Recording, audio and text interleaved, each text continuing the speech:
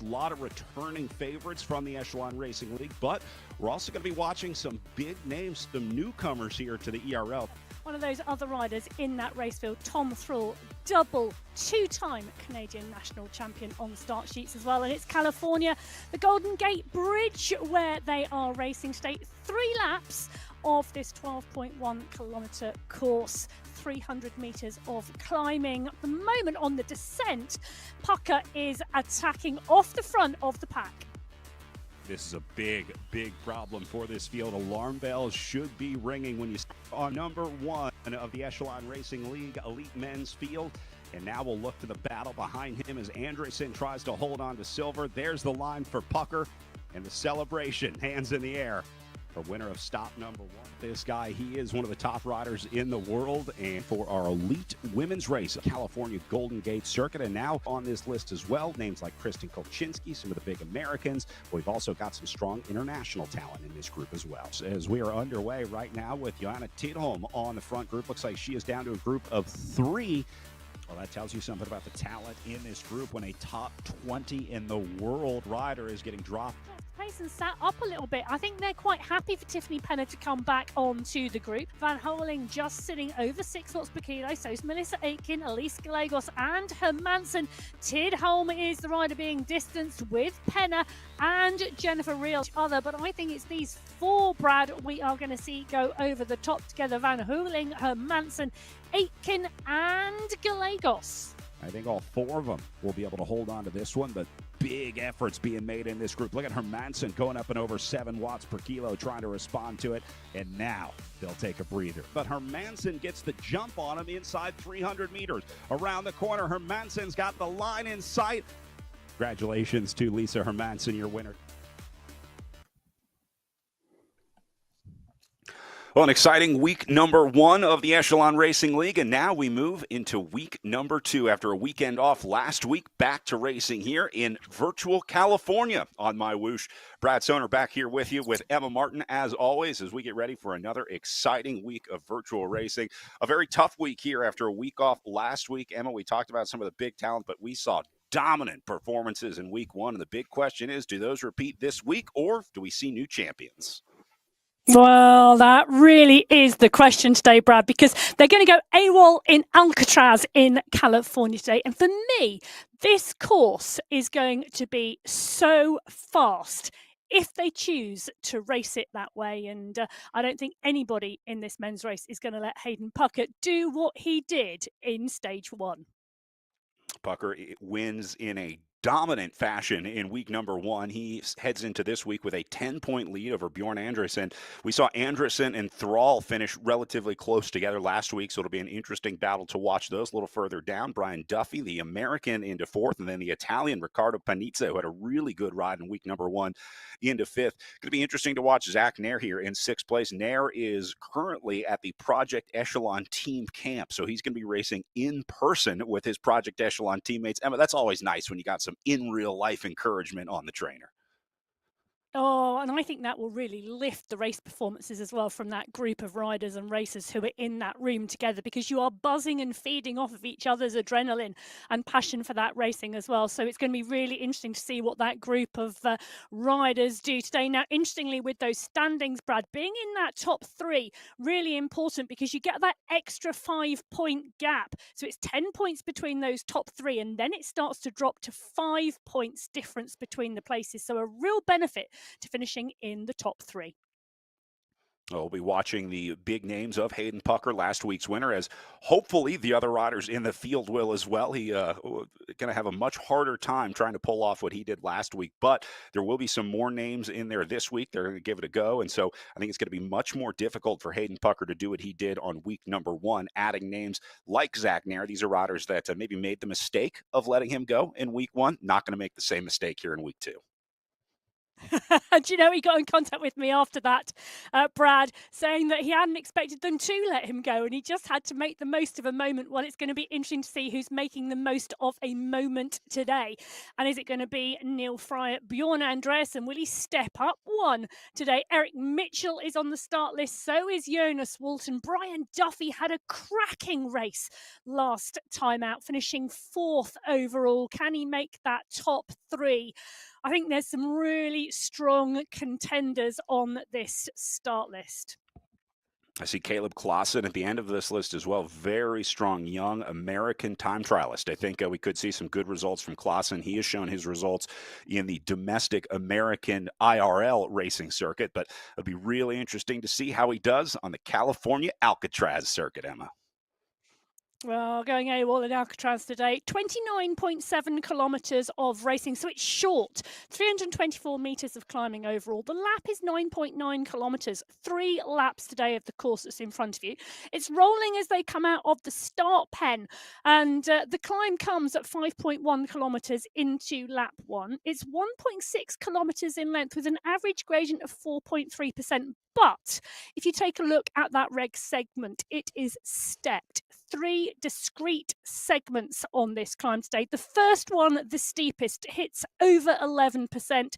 The second one, the steepest gradient, around 8%. The top one does go over 10 in the kick to the top, but in places you can see really, really flat, maybe allowing groups to get back on, closing down gaps and breakaways. Now they're going to go up that 3 times over the 3 laps. It's going to be crucial. But I'm not sure we are going to see such dominance as we saw last time out in California. I think this is going to be a great racing course. See, that climb comes just about 5 kilometers into the stage. Hayden Pucker left the group before they even hit the climb in week number 1, so we'll see if they at least stay together a little bit longer, if this group can stick together for 5K and maybe decide to break away on the climb. So, Emma, I know a new platform for a lot of riders here on MyWhoosh. Any tips to the start? Is there any good way to start a virtual race here on MyWhoosh? Well, I think like all races, you've got to be warmed up properly. You know, you've got to expect these to go very hard very early on, and you cannot back off from that warm-up as we see the green light go and the riders go out. And take a look at that, 7.9, 8.2 watts per kilo coming off of the start pen. The warm-up, absolutely crucial, and timing your momentum so that the momentum is on the increase as you go out of that start pen, also really crucial. And take a look who's got it dialed. It's Hayden Pucker, sat on the front of the group, leading the charge. As they say, meet the new boss, same as the old boss. Hayden Pucker up to his old tricks just a few seconds into this stage and already on the attack trying to get away here. But look at Bjorn Andreasen, not going to make the same mistake again. This guy is reading the storybook perfectly. Yeah, he is indeed, and they're not going to let him go again. Pucker has got a big round circle on the back of his jersey. They are not going to let him go. They're going to keep an eye on him closely today. And you say it was Andreasen who closed him down, but Panizza now goes over the top, and Panizza kicks again. This is an interesting start, actually, Brad, because it is really rolling and does lend to some high power straight out of the pen.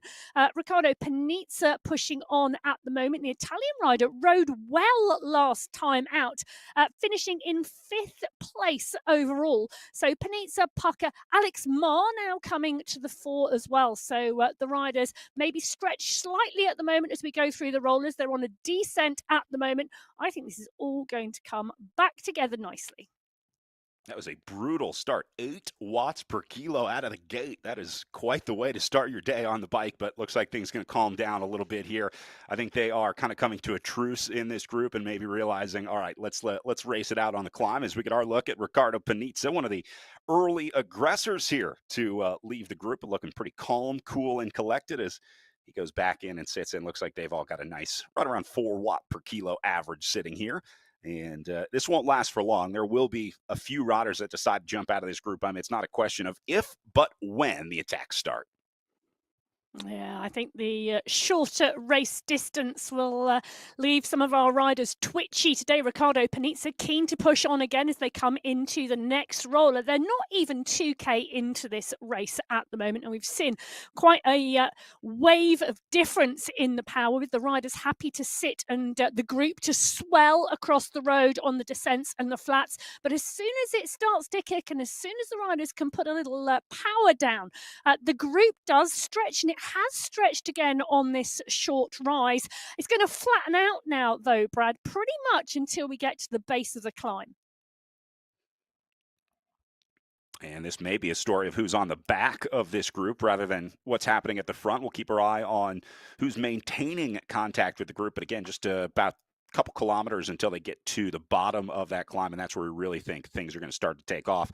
One rider taking a little look off the front, using that turn to his advantage, deciding to jump on the power out of the right-hand turn there, and going to get a little space off the front of the group. Let's see if they respond.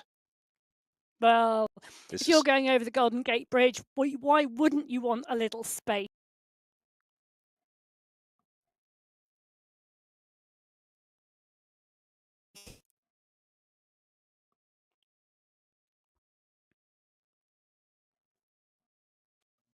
And now Crane going to try and hold it. Got a gap, but no one coming up to him. John Brune leading the charge, the American linking up with Bruce Bird and Riccardo Panizza. Last week's winner, Hayden Pucker, also up there. So Ethan Crane not getting nearly as easy a ride as he had in week one. Crane's doing a big effort up here, 6 watts per kilo. Go ahead. Yeah, no, they're going to take this right-hand turn now, coming into the city. And this course, I love this course because they come off of Alcatraz Island, they head onto that Golden Gate Bridge, they turn into the city, and then just before they start the climb, they head out into the countryside. This course has got a little bit of everything, but a little bit of everything at the moment taking place off the front, because we do indeed have a strong rider clear. Crane, no stranger to breakaways. Did a lot of IRL road racing over the last few seasons. That's sort of his specialty here. So no surprise to see him stay away. This is also a guy that's going to be very in tune with his training. He's going to know very well what he can do in terms of watts and time. So Ethan Crane definitely believes that he can make this one. Very similar confidence to what we saw in Hayden Pucker. I mean, this puts a lot of question marks, I think, on a lot of people's minds when you see a rider go away this early. But just like playing the lottery, you can't win if you don't play, right? You got to buy your ticket. Well, you do. And you know what? Phenomenal riding from Ethan Crane, because he was 22nd last time out. So hopefully, I think he thinks he's going to be able to go under the radar. And at the moment, Crane down the road, 3-4 seconds clear of the group. But it's Bruce Bird who's closed the gap and come over on to his wheel. Now, Bird just finished just outside the top 10 last time out, the Canadian rider. Happy to get onto Crane's wheel and then settle to Ethan Crane's pace. You see Ethan Crane trying to sort of normalize the power and figure out how he can work with and ride with Bruce Bird. This is a blessing to have a rider join you up the road. Just one more rider that you can work with will save some major energy for those guys up front, because the drafting does apply here in MyWhoosh, and so you'll be able to save a significant amount of energy working with another rider in the group, a luxury that Hayden Pucker did not have last week. So I'm thinking this group of two is going to be even more dangerous than Pucker in week one. Well, it's interesting, isn't it? Because you would assume so, but the assumption in the group behind, take a look at that, 2.4, 2.6, maybe 3 watts per kilo. They are a tight-knit bunch and wide across the road, indicating they are not pushing the pace.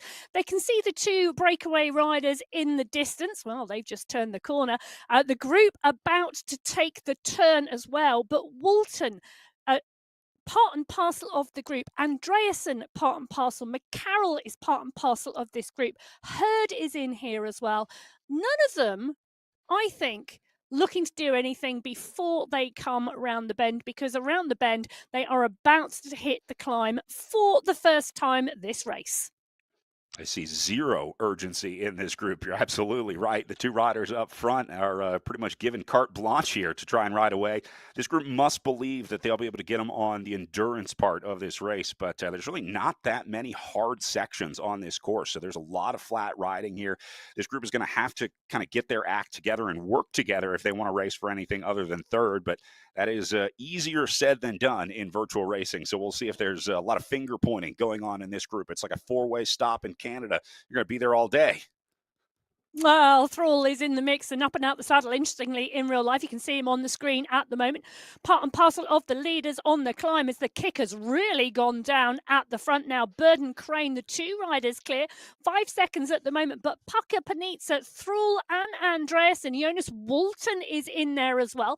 Those are the riders to the fore of the group, and they are bringing that gap down so fast. It's like Bird is standing still as they go past him. That explains why there wasn't a lot of panic back in that group. They knew they were going to hit it on the climb. They knew they were going to go big as soon as that road went uphill. And as long as they were within 10 or 15 seconds, they would have been able to catch that group of two. So now we're going to take inventory as they go up and over. This will be the first big test. Again, it's a short climb, but it is punchy enough to get some separation. And that's why these guys are going so hard right now into zone 6 for Tom Thrall as he goes right around 6.5 watts per kilo, just trying to hold on to the back of this group. Emma, all you need to do in lap 1 is survive in the front group. You've just got to make that selection. You can worry about winning the race in laps 2 and 3. Just got to make sure you're in the conversation after lap 1. And that is so true. You've got to be in the conversation. And that sometimes is harder than you think with the quality of riders and racers like we've got here. Pucker, Andreas and Panizza and Thrall, that's 4 riders together. Zach Nair is just hanging off the back of the group by 2 seconds. I think as they transition into this flatter section on the climb now, you can tell it's the flatter section on the top right-hand corner of your screen. If you're not a regular viewer of MyWhoosh, it gives you an indication of exactly what the gradient is like. And at the moment, these guys are on a downhill. So Nair needs to close that gap. Fryer is the rider behind him, leading Ospina. The gap, I think, potentially not too big if those riders can work together. But at the moment, it is Pucker, Andreasen, Panizza and Thrall, the 4 riders who are going to crest the top of the climb for the first time. And take a look at that. Hayden Pucker is in with the rest of that group as well. What a phenomenal experience to be in that room racing. This is so cool. Seeing these riders in person, it really is bridging the gap in the in-person element of virtual racing. And now these guys are going to be able to communicate. They're going to be able to cheer each other on. And Emma, there is scientific evidence that having someone there in person cheering you on gives you a few extra watts. You can go a little harder when there's someone there rooting you on. Oh, definitely. Yeah, if you've got a DS in your ear or a teammate just giving you encouragement, the added level of motivation and the ability to dig just a little bit deeper is indeed, you're quite right, scientifically proven. But at the moment, it's proven that Pucker, Thrall, Panizza, Andreasen, Fryatt and Nair nearly the right leading group of 6 now on the descent. And Pucker not backing off the pace at all and just showing you the technique you can use on the descents here to extend your lead and really do damage in a race. This is what makes Hayden Pucker Hayden Pucker. When everyone else would take a rest on this downhill, use that chance to kind of recover from those early attacks, Hayden Pucker hits him again, and look at the gap that he's opened behind him. Remember, it was only about 5 seconds on the way up the hill, but when Pucker attacked up and over, he got rid of every other rider that would have had a chance to get in. So this is going to be down to this select group. That's the selection right there. It has just been made as they went up and over, and then Pucker sort of put the exclamation mark on it, forced the selection here. So I think this is your winning group up and over the climb the first time. Well, 6 riders in the conversation at the moment, and it's going to be interesting to see if anybody can do anything about this and close back down on the gap, because the gap is big and really, really tricky for anybody else now thinking about getting into this race. One of the really cool things about racing on MyWhoosh for these riders sitting in the second group right now, they can monitor the power and speed and output of the guys up in the front group. So they're seeing the exact same thing that we're seeing on our screen. They have access to that column over on the right, which means you can look at that front group, see what kind of wattage they're doing, see what kind of speed they're pulling, and then all you really have to do is go just a little bit harder to make sure that you're slowly closing that gap down. That's what Ospina and company need to do right now. Alex Marr, Bruce Bird, all trying to work together here, just trying to find that sort of magic number, that magical middle ground where you're going hard enough to bring the group back, but not too hard that you're going to blow up the engine. That's the big concern out here. Well, it is, and it's a trick as well because the gap around 10 seconds back to Zach, who's on the back of the group, but Ospina knows exactly what he's doing on this platform. He's week in and out on the Sunday Race Club. He knows how to on we should eat him there the screen keep pushing on, but the gap it's holding because the group at the front are pushing now. And Ospina looking pretty calm in this group. You see his live camera over on the bottom left-hand side of your screen. Not out of the saddle yet. And really just waiting to make the move here. Somebody else going to jump on the front.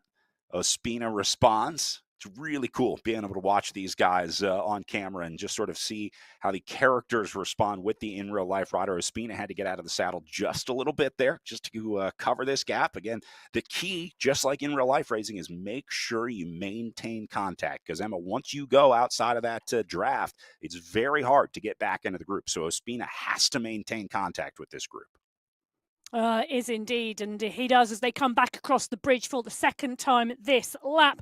They're going to come over the bridge and come towards the end of the lap. Now, the lap, 9.9 kilometres. They're at 9.6 at the moment, so they are literally, this will be the finish run at the end of lap 3.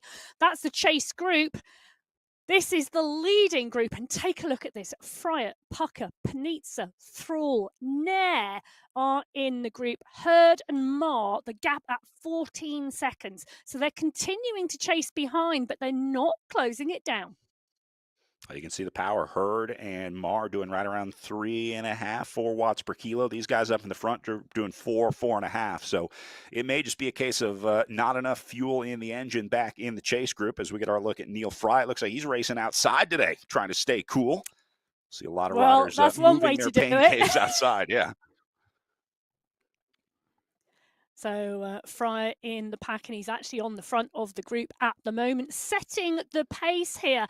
And it's a much steadier pace this time round as they go out on lap 2 than it was out of the start pen last time. The group have established a good gap back to the chasing group. It's sitting at 13 seconds at the moment. And it's a good-sized group with Alex Marr and Carlos Ospina. Hurd is in there as well. And as we keep watching that, just closing it down slightly. Well, that's going to be the big story for the next lap here. I think these 5 guys up front are pretty happy with what's going on. The unhappy people in this race are the riders sitting in 6th place on down. So Bird, Marr, guys like that, they need to close this gap here. So we're watching that. It's about 10 seconds right now. That's going to be our sort of benchmark for the chasing group back behind him. We see John Brune trying to give it a go as well. They're going to have a bunch of guys, a bunch of engines that are able to contribute, but whether or not they're willing to contribute is the big question. There's a lot of looking around, I think, in this group, trying to decide who's in charge, who's going to lead the chase, and who's going to get a sit-in and draft off of the unlucky soul that has to lead this chase back. And that's always one of the challenges, isn't it, when you've got a bigger group? Do you actually take up the charge, or do you sit on the back of the group and make the most of the fact you're getting a tow? Often, though, if that's the choice, the group isn't closing anything down. It really is just a race amongst the riders in the group rather than the group trying to close any gap. And it's looking, the gap back from John Brune, who's at the head of this group, to Ospina, 26 seconds. So it's looking like we've got now 3 clear groups at the end of lap 1 going into lap 2. And we'll call this chase number 2, being led by John Brune, trying to get up to the Ospina, Marr, Hurd, and Bird group. Those are the 4 riders in chase number 1. trying to chase down our 5 leaders up at the top. So Brune putting himself into 10th spot here, leading the group at a solid 6.6 watts per kilo. Big effort for Brune. Meanwhile, some attacking up at the front of the group. Looks like Hayden Pucker having a go at it here. No surprise, Pucker, our winner on week number 1, and he's going to take it to this group again, going up another 7 watts per kilo. Big effort from Hayden Pucker right now. And, you know, he's 3 kilometres away from the climb in lap 2 as they head across the Golden Gate Bridge. They've got some way to go till the climb, so Pucker just testing the rest of the group by the look of that, and really wanting to get things moving. And if you take a look down the right-hand screen where the names are, you can see why, Brad, because that chase group being led by Bird now at 8 seconds. In fact, take a look at that down the back of the bridge. You can see them coming. So the chase group have been doing a phenomenal job so far. They got dropped on the climb last time. Well, they are hoping they are going to get back into contact before the climb this time. And I think this is the problem with the front group, having such a strong rider in it with such a big bullseye on his back like Hayden Pucker. They were all looking around, kind of waiting for Pucker, I think, to make the move, and that allowed the guys behind him to start to close this gap. So great riding from this second group. Hurd, Bird, Mar, and Ospina on their way back up as the guys up front playing a few games up there, and that allowed them to seize the opportunity and close down this gap. Now, these guys have to work together right now. They cannot race against each other. It's very important that they maintain a steady pace. Don't drop each other. Just stay in this group of 3. There's nothing to be gained from dropping one of your chase companions here. I would absolutely want to take all 3 guys like this up into the group. And if they continue to do what they've been doing, they're going to be back in there very soon. Well, they will be if they work together at the moment. Yet again, we're seeing riders not wanting to work on that group of 3. A little bit further back down the field, though, still inside the top 20. We are in with Jonas Walton and Ben Schuland, as you can see just on the screen there. Look at concentration on his face as he continues to push over the Golden Gate. Doesn't want to lose the back wheel of Walton, wants to stay in contact. Kevin Metcalf, the rider in the distance behind, wanting to close down and be part of this group. It's going to be interesting. A group of 3, stronger than a group of 2, but a good, strong performance here to get inside the top 20 at the moment. Ben Shallon picking them off one by one, working his way up across the bridge as he links up here with Jonas Walton. So we'll see if they ride together for a while. He just went by Metcalf, and now here's the catch being made. Chase group number 1 about to catch your lead group up front. This is going to dramatically change the race scenario here. What was 5 riders is about to become 9 riders in the front group, and that means 4 new wild cards. These 5 guys have been riding together for about a lap, but now Ospina, Brune, Bird, Mar, all going to be in this group.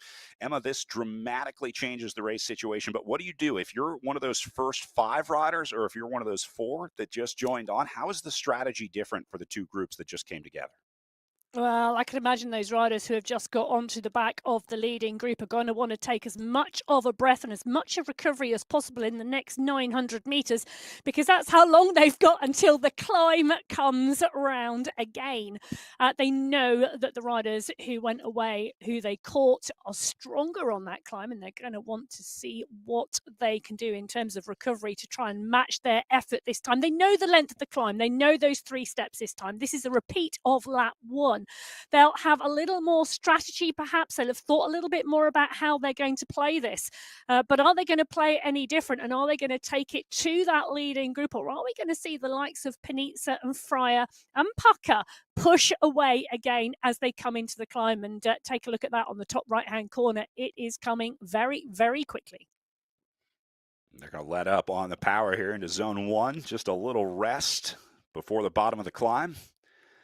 And we'll see if anybody in this group is going to hit it. Hayden Pucker would be my best guess if I was a betting man, as he's been the most aggressive out of this front group so far today.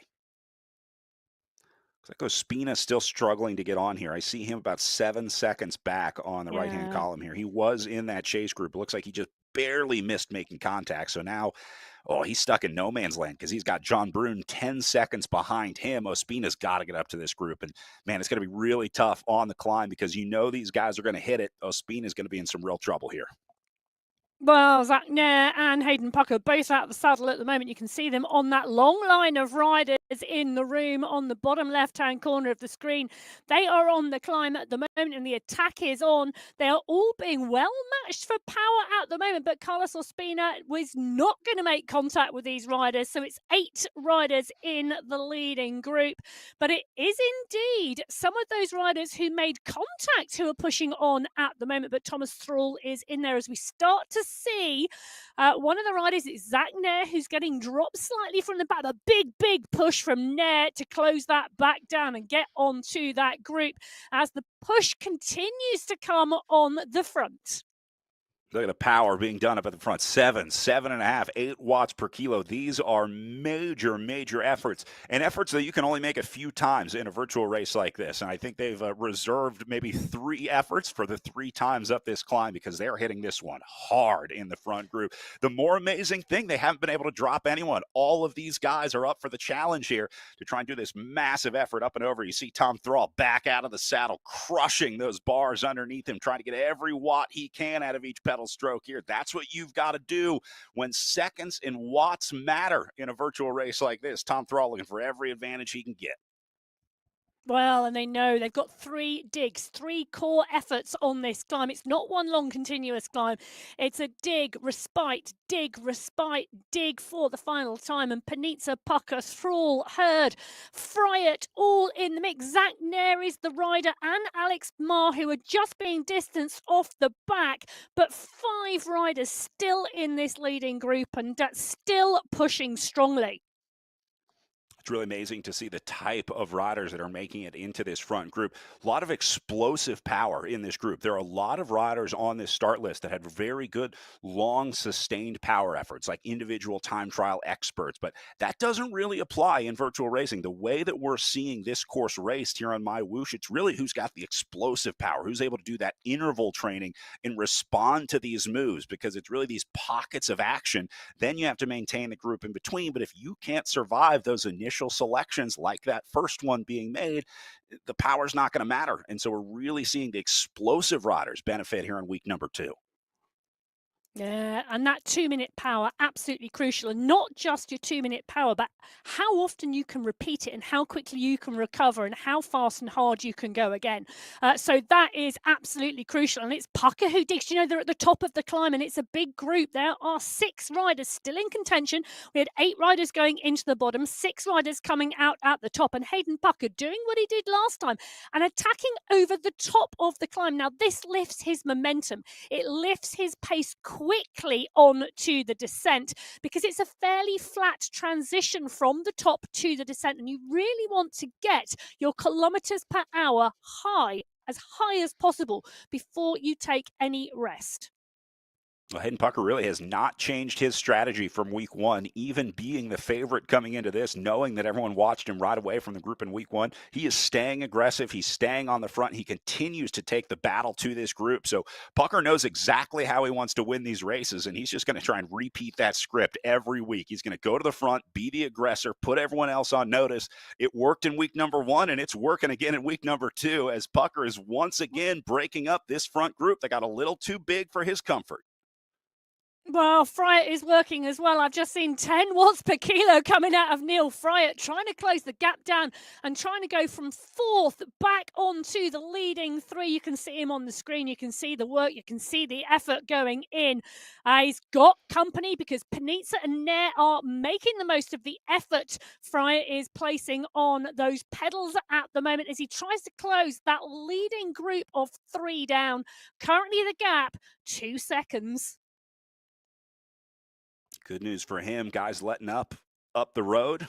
See some relatively light wattage up there. I think Hayden Pucker finally took a break and registered a 0 watt per kilo there. Maybe the first time all day we've seen Pucker applying 0 power to the pedals underneath him. Well, how long will that last? That is a good question. Oh, there you go. Here he goes again. Yeah, I think he heard us. Is indeed Pucker pushing on. And take a look at the numbers coming out of Thomas Thrall. I've just seen a glance at 11 watts per kilo because he saw Pucker go and he didn't want to get caught out. He did not want to let Pucker go down the road. So Thrall making sure he's tight on his wheel. Hurd, fabulous job from Hurd to come across from that chase group onto the leading group, to stay with those leaders on the second time up the climb and to bury himself in the midst of that leading group. Neil Fryatt still working. He's still digging. He's still pushing hard watts to try and close the gap down. And he's going to be rewarded, I think, with the back wheel of Hurd very shortly. But Pucker at the moment doesn't want anybody to join because look at the pace on the front. You know, Fryatt just very quietly put in one of the best efforts of the week here to close that gap to this group up there. Very impressive for Neil Fryatt. Got to give him some credit for getting back into this group.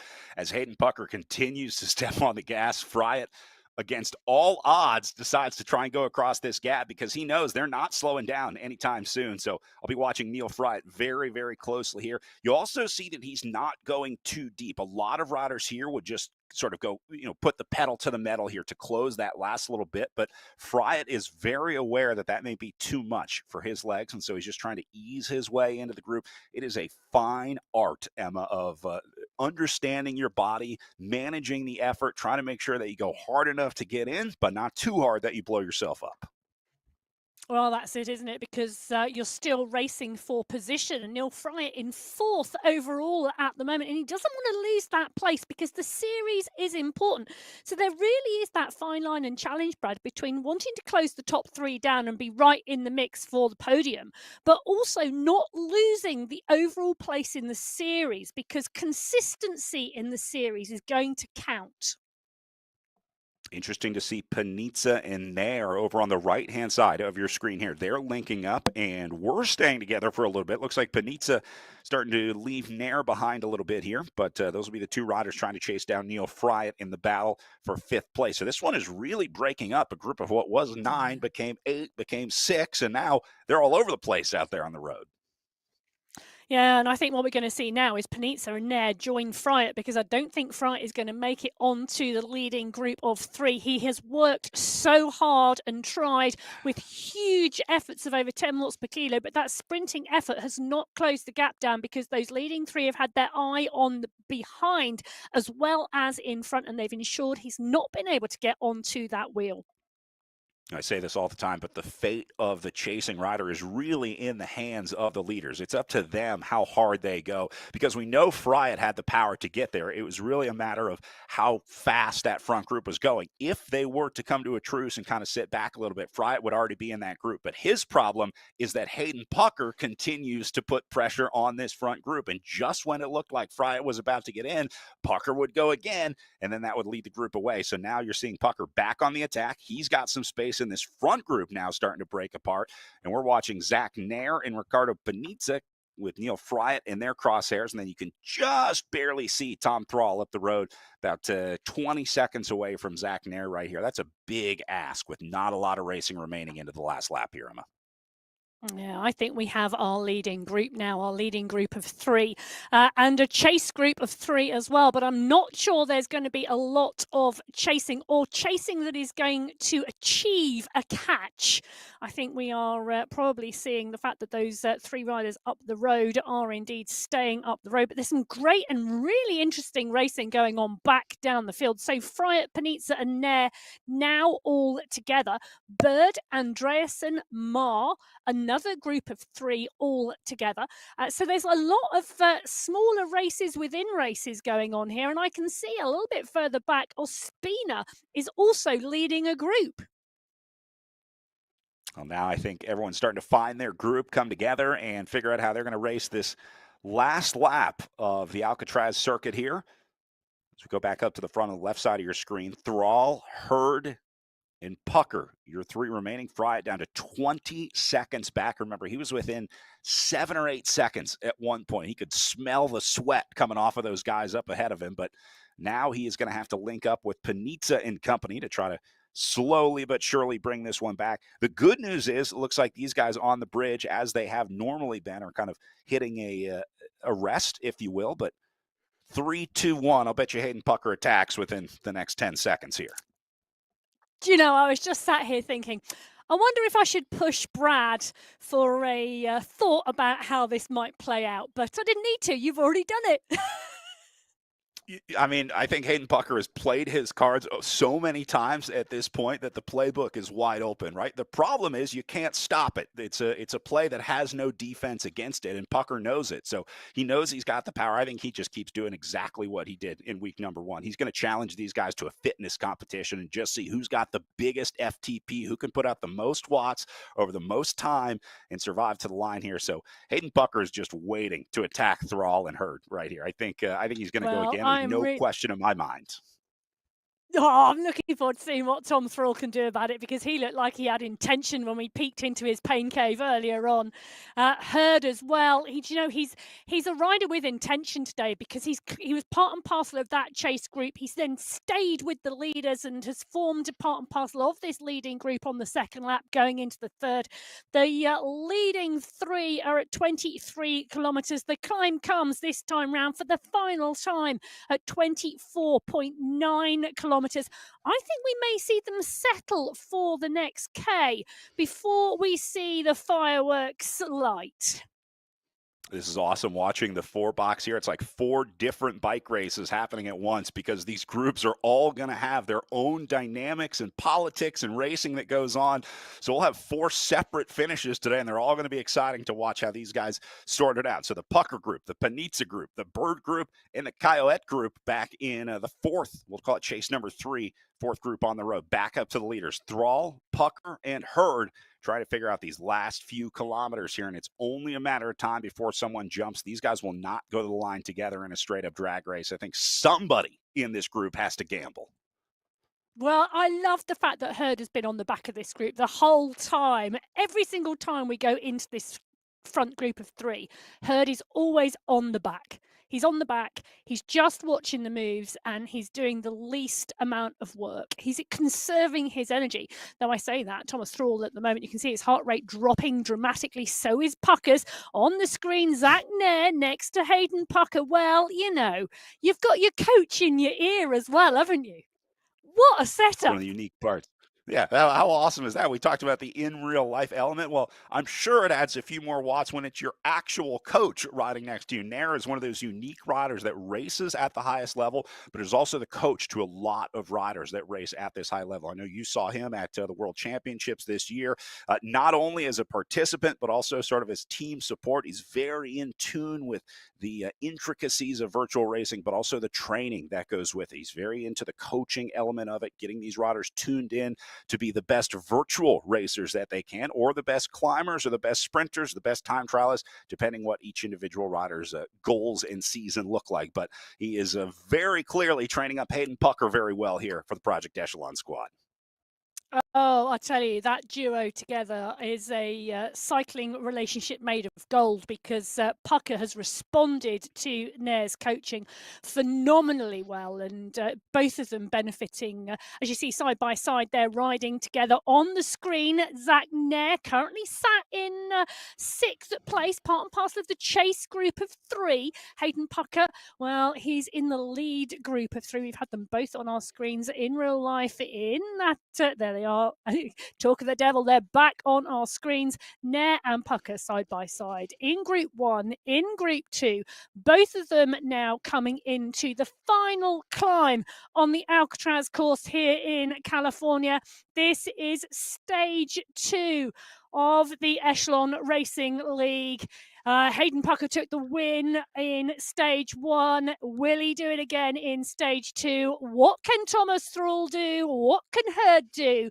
We are about to find out.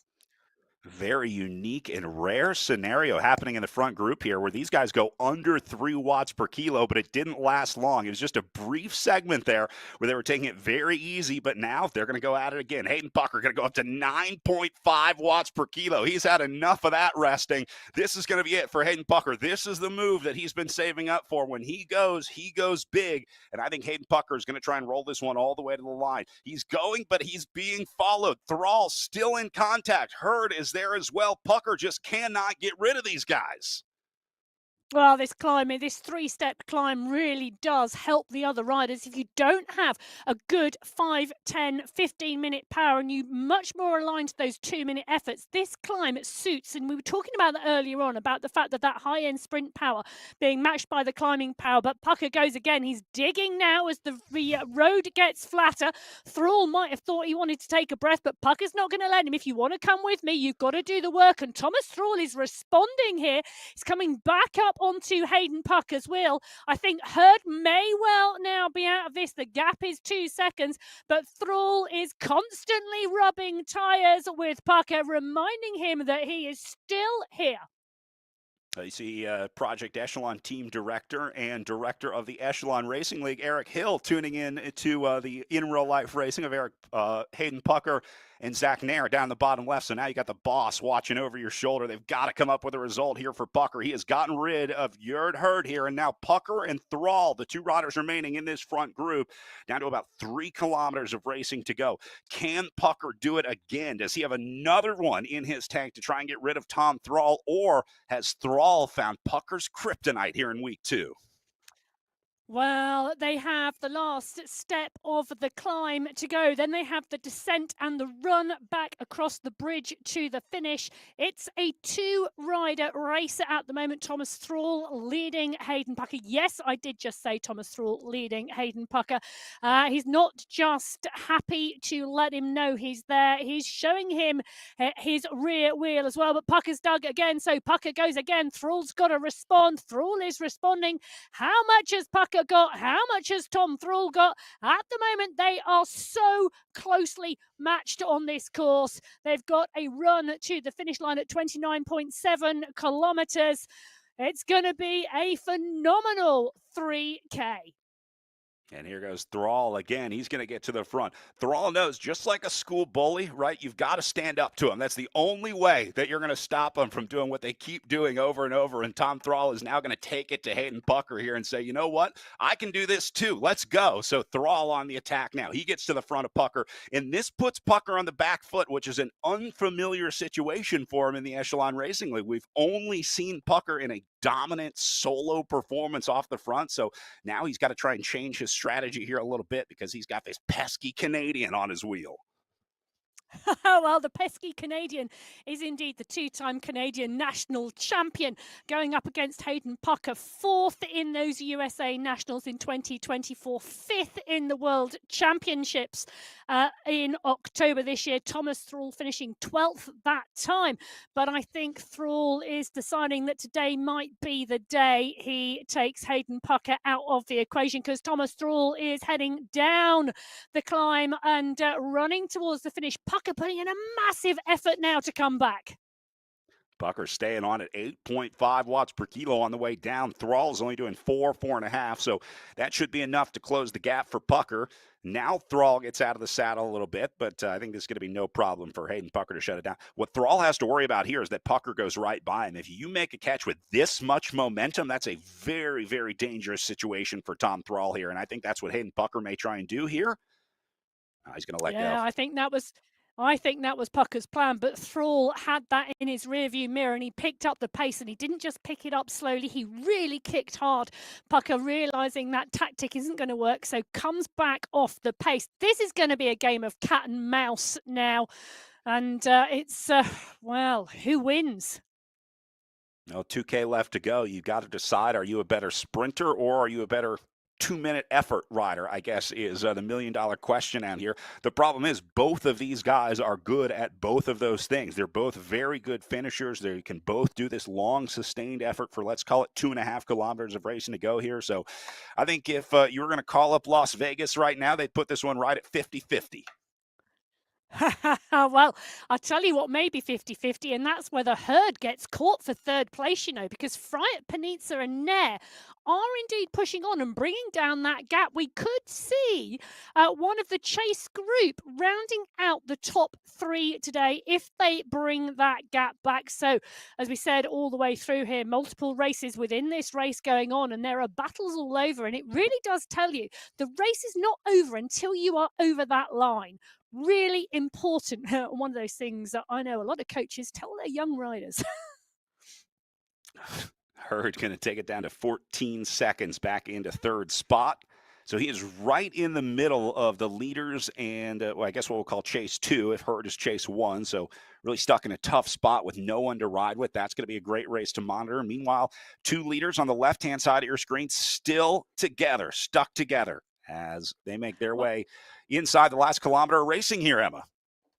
Well, they are indeed. They're going to come over the bridge. They're going to take the right-hand turn, and then they've got around 150 metres to the finish line.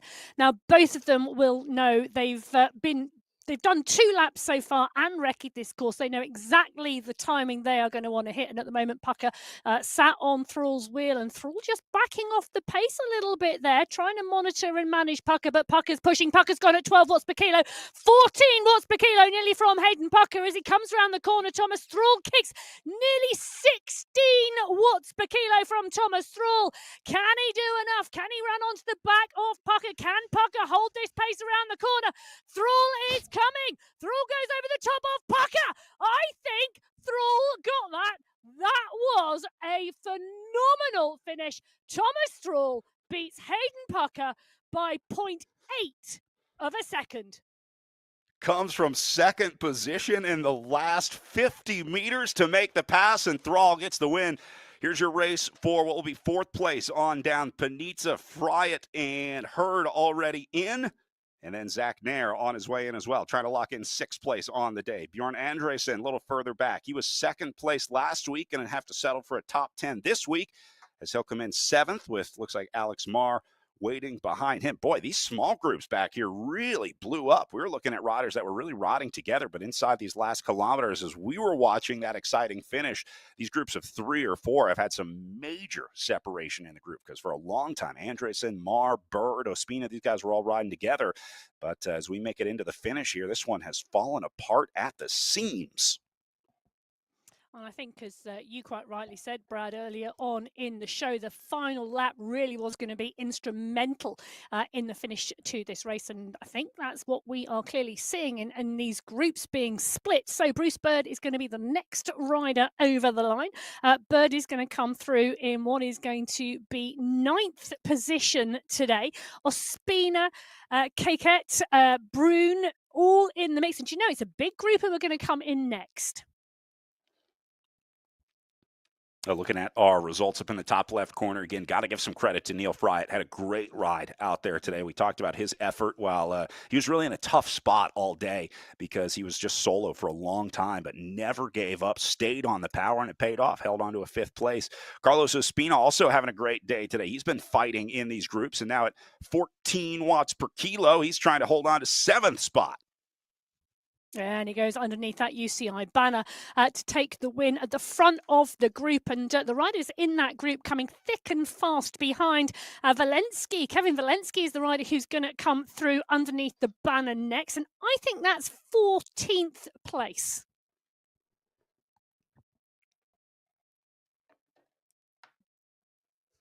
What a race in week number 2.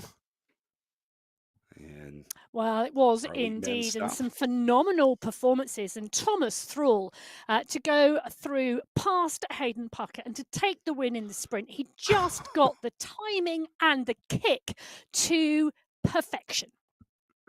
0.08 of a second between Thrall and Pucker. That is about as close as finishes get. And it's the day you're pleased there's a computer involved. 100%. I'm glad I didn't have to make that call with my eyes. So great job to Thomas Thrall, sprinting just when he needed to. Beats Hayden Pucker on the line. You're Hurd holding on for 3rd place out there today. Had a great ride with that front group. Just wasn't able to hang in the last closing kilometers. And then Zach Nair coming out of the group behind them with Neil Fryatt holding on to 5th. 26, 27 seconds back. Emma, much closer finish this week than we saw in week number 1. It was over 2 minutes for Hayden Pucker's his solo dominant performance, but this week played out a lot different. Oh, I agree completely, and really, really exciting racing right the way throughout the race field. You know, the way those groups came together, they broke apart, they came together, they broke apart. Everybody absolutely committed to stage 2 of the Echelon Racing Series. Also want to give a shout out to some of our amateur riders that raced earlier today in our para race. We had Caleb Klein winning the para competition here in the Echelon Racing League. So big shout out to Caleb this week. And then we also had our men's Cat B race wrapping up. Joseph Miller getting a good result there with Jose Montero going second and Jonathan Bison into third. Also want to give a shout out to our women's category C results winners as well. Laura Taconis getting the top spot with Kim Bonilla into second and Stefania Sanchez into third in that group. And then we'll have our women's category B results rolling in as well, where Isabella Poletayo takes the win out of Poland with Camilla Alberg in second, and Dorancy Gonzalez taking third in our women's category B group. So great job to all the riders out there getting ready for our next race, the Elite Women. Coming up after this, we're going to take a quick break here from the Echelon Racing League, and we'll be back with more live racing on MyWhoosh after this.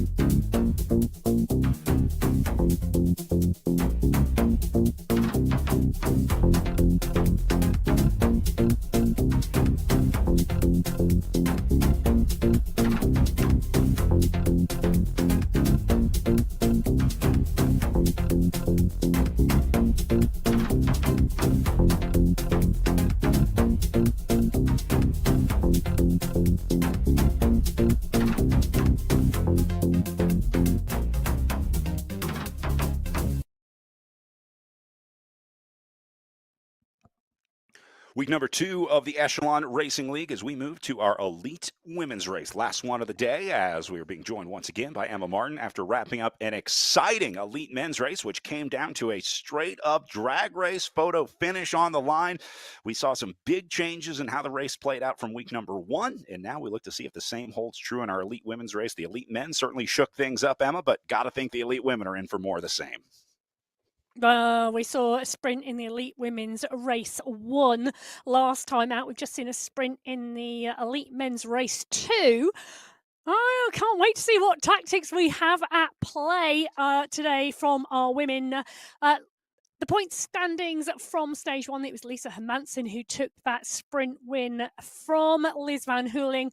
And you can see that they're represented in number 1 going to Hermansen, number 2 going to Van Hooling. Joanna Tidholm was the race of stage 1 for me. 3 times she got dropped, 3 times she came back, rewarded with 3rd place overall and carrying 180 points in those standings. Melissa Aitken in 4th, Tiffany Penner in 5th, and Jen Reel finishing 6th last time out. We saw a lot of lessons learned in the elite men's race from week number 1 to week number 2. You got to wonder if Hermansen will have the same fate as Hayden Pucker this week as we take a look at some of the riders signed up for the Echelon Racing League all the way through here. You see a lot of familiar names returning here. Jennifer Reel going to be one of them back out there. Tidholm is back for more. It'll be interesting to see if Jackie Godby takes the start here this week. She did register here, but wait to see if she makes it to the start line. That's always the big question, is whether or not riders take the start. A lot of riders will register all the way through, but life gets in the way. You got real life. It's the holidays. You never know where you're going to be, and so sometimes it's tough for these riders to make it each day. Again, doing 3 laps of this Alcatraz course. Emma, anything you learned from watching some of the earlier races today? What are your predictions for this elite women's race on the Alcatraz circuit? Well, 9.9 kilometers each lap on this course. I think one of the things we learned from the men's race, that the start being rolling is particularly crucial. That warm up and being in position, absolutely key. Then we've got a much steadier state before we hit that 5.1 kilometer marker, where that 1.6k climb starts 3 steps on the climb. And I think for me, that was the differentiating factor between race 2 and race 1. The climb on race 1 was much longer,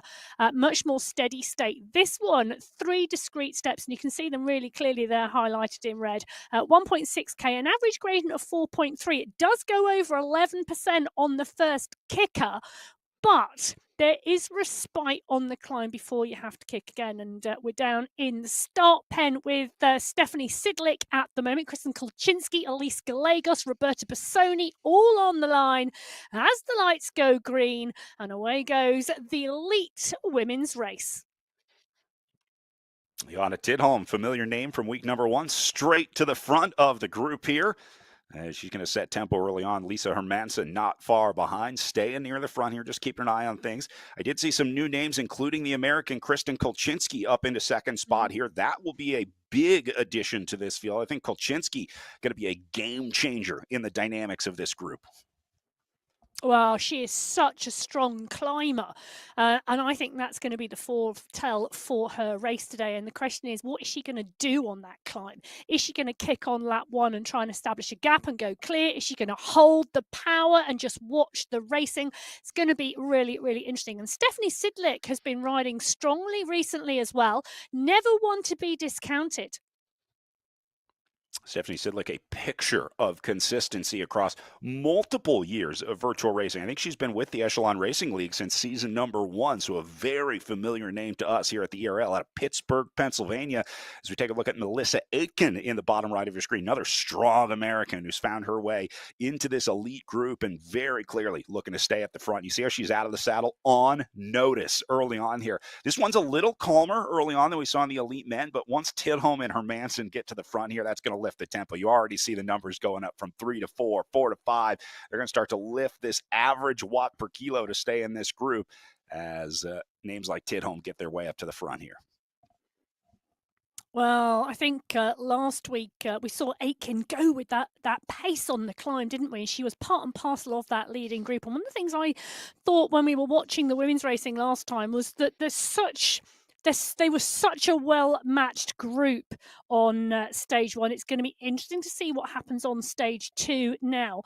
Penna, Gallegos, Van Hoolen, Aitken, Hermansen, Kolczynski. Hermansen is a punchy rider. We saw that last week. Van Hooling is a punchy rider. Tiffany Penna, I think this type of climbing will suit her better than the climbing we saw last time out. So I think this is going to be really interesting. And talking about climbers, Roberta Bassoni, the Italian rider in here, she's a strong climber as well. Bassoni, see sitting back here waiting for her time to come on to this climb. We see some positioning, some strategy going on earlier here as we take a look at Elise Gallegos up to the front. And you see still no big power numbers, right? 4 or 5 watts per kilo. Names like Tidholm, they're going to be able to get up into the 6, 7, 8 watt per kilo zone as they start to make bigger efforts. They're probably holding on to that until they get to the climb here. But one of the really cool things on MyWhoosh, you can see the power zone that these riders are in up in the upper right-hand corner. It's a really good way to understand what these watts per kilo mean to each individual rider, because it really is based on sort of your skill. And then obviously the wattage that you're doing is compared to the weight of the rider. The lighter the rider is, the less watts that they need to do to move that weight up a hill or something like that. But it's a really good indicator of sort of where the effort is relative to the individual athlete. And so you're seeing a lot of zones 1, 2, 3 here early on. That means they're waiting to launch the rocket here. They're coiling the spring at the moment. And very soon, this is going to go into the zone 4, 5, and 6 territory once these big names get to the front and hit it on the climb just after they go over the bridge here. Yeah. And I always think one of the really interesting things, Brad, is that it's not always about watts per kilo. Sometimes it's about raw watts and just how much power you can put out. And we always get caught up, I think, oh, watts per kilo, this, really, really important. And people forget tactics, strategy, raw watts all come into play. Understanding your positioning in the bunch. Kristen Kolczynski, that's a smart rider. She knows how to play the race tactics as well. And we're seeing a push come across the bridge at the moment, and flat bridge, but we're seeing Kolczynski push. I think this is going to get interesting because I think this bunch, well, we're either going to see a very brave move. I love a brave rider, and someone really try and take it to them. Or I think we're going to see a lot of cat and mouse today, and it could come down to the final lap.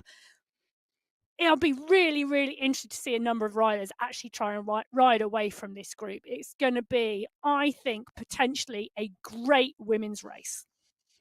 Seems like Kolczynski was just responding to that move by Hermansen on the bridge. She closes down the gap and then lets off. Kolczynski is not ready to escape this group just yet as we go back to the Italian. Bassoni here, locked in and waiting for this road to go uphill. Got a nice spot and hanging out at the back. No reason to be aggressive early on here. I mean, obviously you want to make sure you're within striking distance to cover a move if someone like, let's say, Johanna Tidholm does go on the attack. But I think Bassoni here is just waiting, kind of trying to get a feel for this group. This is just good old-fashioned smart bike racing from the Italian.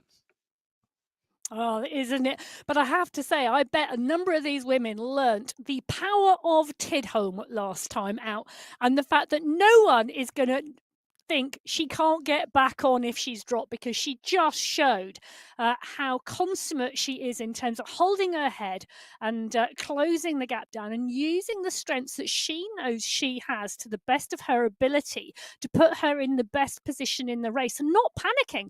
A number of riders would have gone on that first climb, got dropped like Tidholm did, and the race would have been over because their head would have told them it was over, whether their body was capable or not. Tidholm held her head, and she really used that mental strength last time out.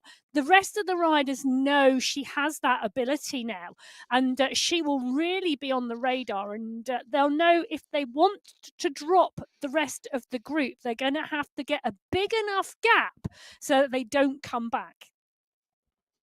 We talked about this earlier, but the art of virtual racing is really in the explosiveness of your riding, and Tidholm has that. She's got that magic little je ne sais quoi that allows her to do really well in these virtual platforms, and you got to wonder, what if she applied that power not in a chasing format, but in an attacking format? I can very easily see that from a rider like Johanna Tidholm.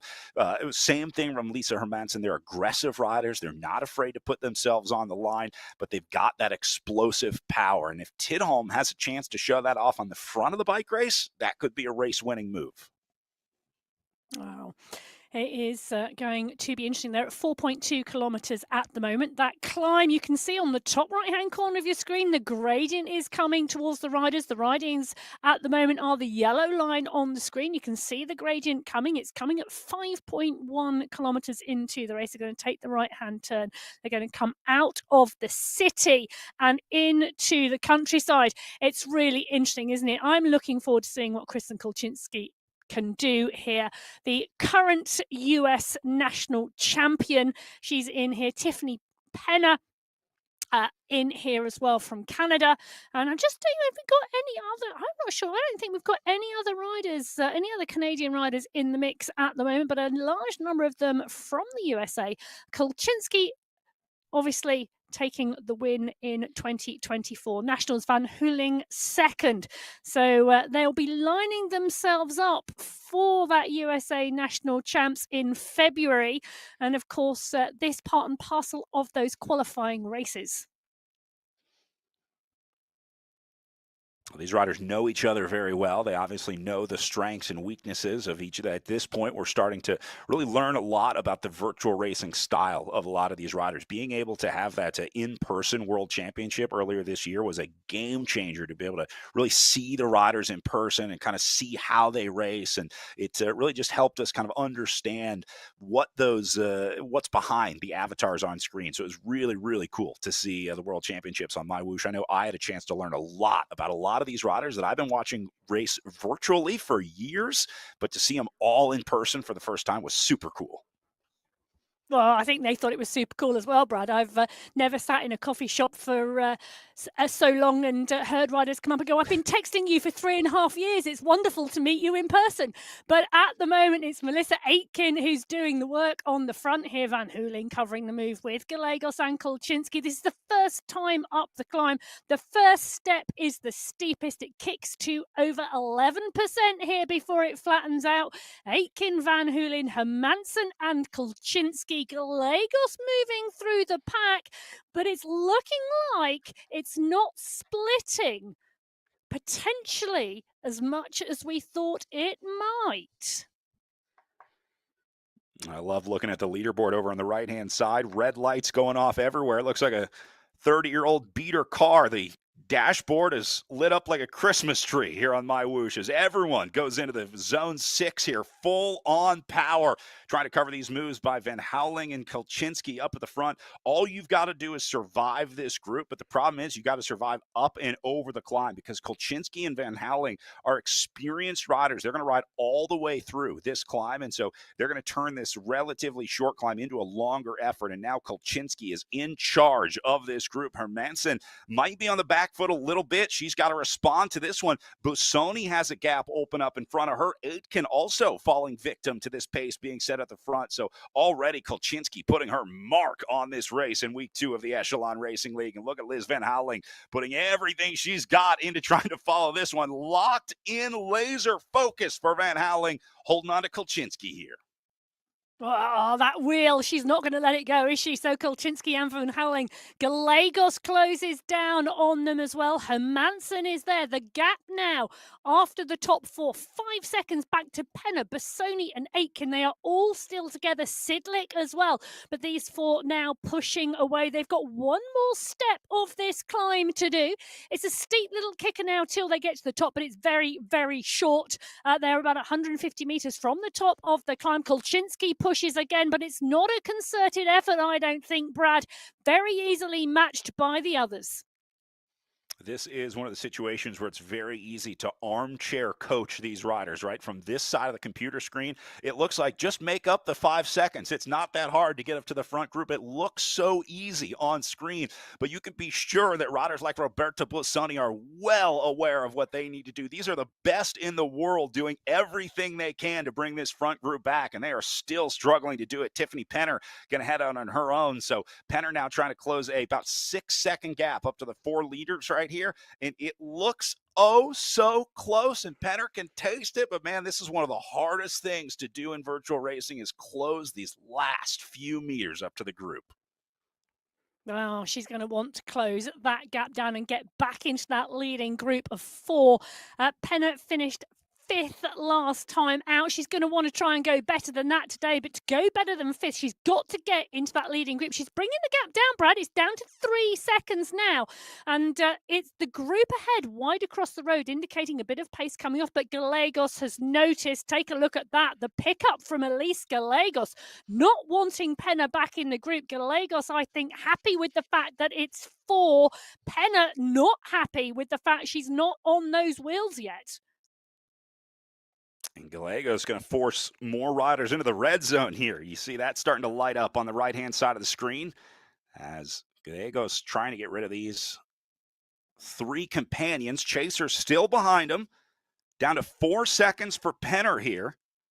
And this is really going to be up to Gallegos whether or not Penner gets into this one. If someone else goes over the top of Gallegos here, that's the worst thing that can happen for Penner. But if they kind of come to a truce and just take a little 10 or 15-second break, that's all Tiffany Penner needs to get into the group here. So she is just praying that these riders have that just brief moment of trying to figure out what they're going to do. And I think Penner's going to close it down right here with a massive 6 watt per kilo effort. Look how long she's holding this. And more importantly, watch what she does when she gets into the group. See how she starts to let off here? Penner is a very smart bike racer, and she knows she doesn't want to waste a single watt out there today.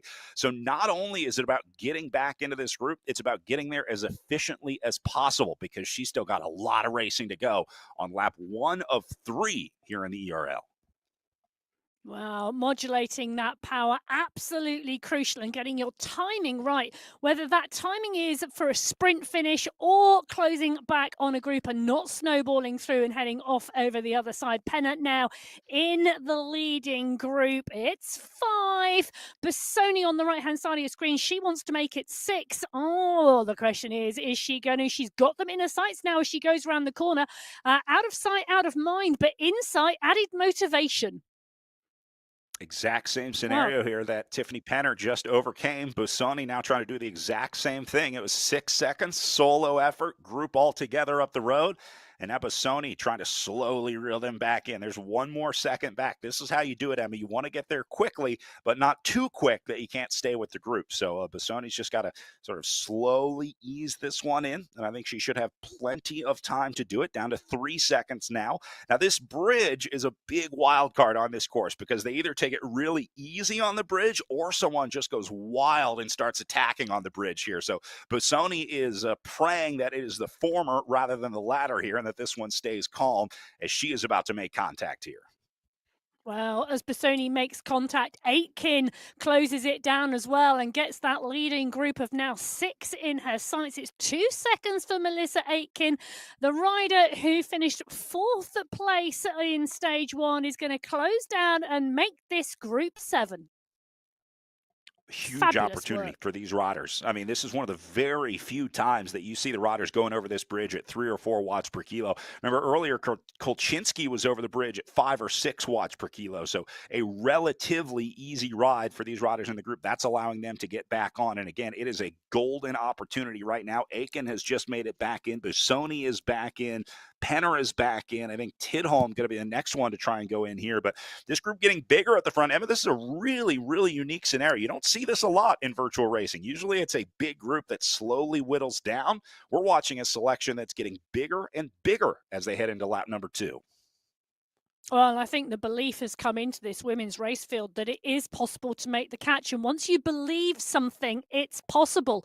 And you're possibly, well, there's no possibility about it because that belief really gives you that strength and determination to make the catch. And we're seeing that time and time again here at the moment in this women's race field. Tidholm closing the gap down again. You know, it's around 12 seconds at the moment.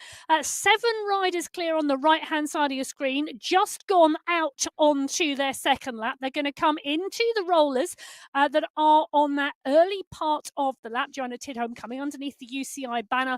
And take a look at this. Do you know, these riders are all coming back together again. It's really interesting. No one letting up here, Brad, today because Sidlick is closing down on the back wheel of Tidholm. If those 2 riders can get together and work together, they may get back on before the climb this lap. I'm starting to think Joanna Tidholm actually likes chasing on MyWhoosh, because this is turning into a very similar scenario to week one. She's got a now 7-second gap to make up here. She's setting herself up for these incredible performances.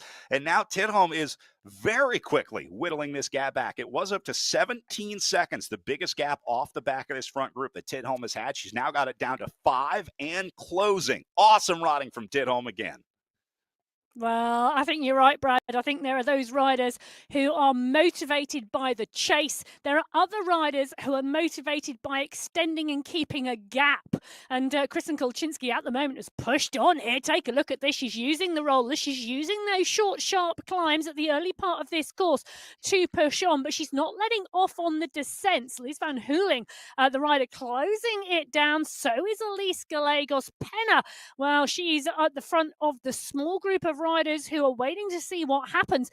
Always an interesting strategy, either when you go through a sprint or when you go up a short climb and you do not stop, because the assumption from the riders behind is you're just pushing on those pedals to get over the climb. Kolczynski knew this group was too big. She knew that she would have to isolate it again. Remember, she started this initial selection. She was the first attacker earlier today in this elite women's race, and now trying to split this group that had been sort of ballooning up to 7 riders at this point. But now Kolczynski going to try and take it back down to 3 on the front as she takes Gallegos with her off the front. Meanwhile, Penner back to chasing here, as now she's got a gap to open up. Hermansen is right there with her. Melissa Aitken trying to do the same thing behind him. Busoni has a small gap back to the group. So this is a chaotic time in this elite women's race. It was so calm just 5 minutes ago, and now it's blowing up. Well, one of the things it's also blowing up is Tidholm's chances of getting back onto the group. So Tidholm and Sidlick were the 2 riders in 8th and 9th place, chasing to get back onto the lead group of 7. And they'd nearly done it. They were not far off the back wheel. But this pace being pushed on from Kolczynski at the front, well, I think it's wrecking those chances at the moment.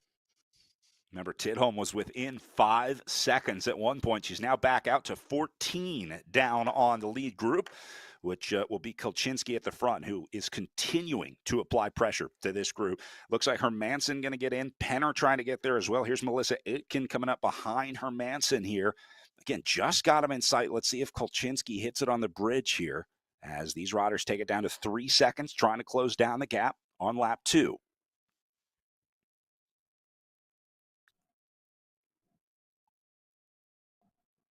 Tidholm struggling, back down to 19 seconds on the right-hand side of the screen here.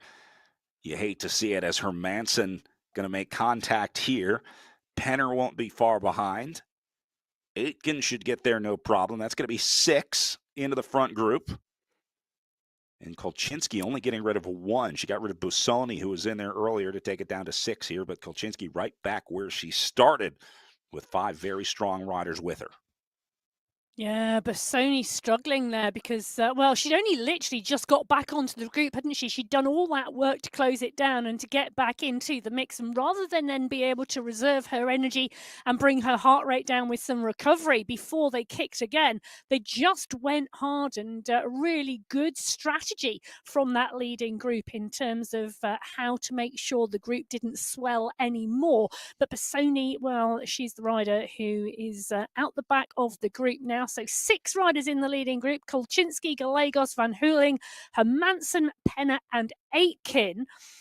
It's a strong leading group as they are at now the 13-kilometre marker. Just a reminder that the second climb on this course comes at 15k. So they're 2 kilometres out from that second climb at the moment. Busoni continuing to push at a solid pace. I'm keeping an eye on Busoni's power at the moment, pretty much sitting between 4 and 5 watts per kilo. Whereas the front group have let off and are taking a real pause at the moment. Busoni isn't. She's sitting at what is probably a strong time trial pace. Busoni will be back into this group in no time at this pace. The problem is there is it's sort of like when you always have a headwind going both ways on your training ride. As soon as you get into this group, you know they're going to lift the tempo. It happens every single time. It's just one of those things about bike racing. It's never easy. And Busoni knows as she is about to make contact with this group. But I have a feeling this 2.5, 3 watt per kilo average isn't going to last for long in this group. No, I think you can see the base of the climb coming on the top right-hand side.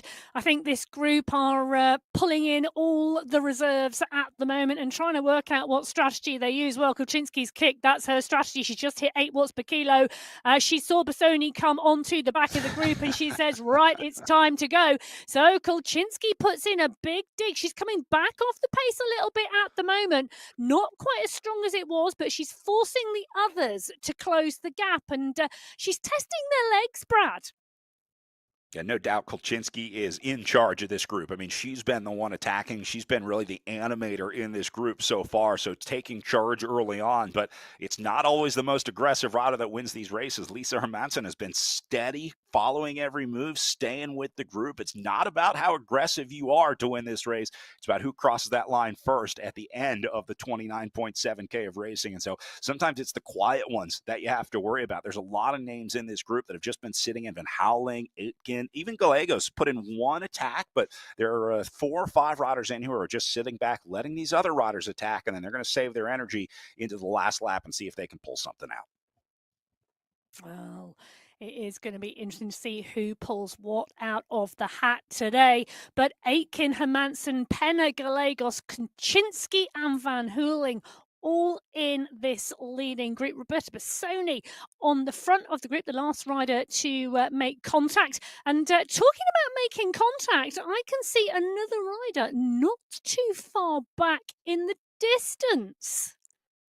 Look at that, maybe just 15, coming around the corner. 20 seconds, back to 8th spot there. There you go. That's going to be Johanna Tidholm on the way back, doing what Johanna Tidholm does best. The Tidholm special being served up right now as she is about to close one more gap up to the front group. Well, she's got 4 seconds to close it down before she comes into the climb, and she's working hard. She's pushing on those pedals to close that gap down before they light the fire on the climb, because the matches are going to be spent. I think we're going to see some exciting racing on the climb this time. Is Tidholm going to be part and parcel of it, or is her strategy now to sit and time trial to the finish and ignore what the rest of them are doing? Look at that. She's so close. Get there first. Yeah, we'll see if she takes a break to sit in here and try and get a little rest. Just to the bottom of the climb, you see it pick up right here, and Tidholm, unfortunately, not going to be in contact to get even a little draft on the way up. So there's just another 10, 15, 20% more effort that Johanna Tidholm has to do, and that makes her 20% more impressive to me today.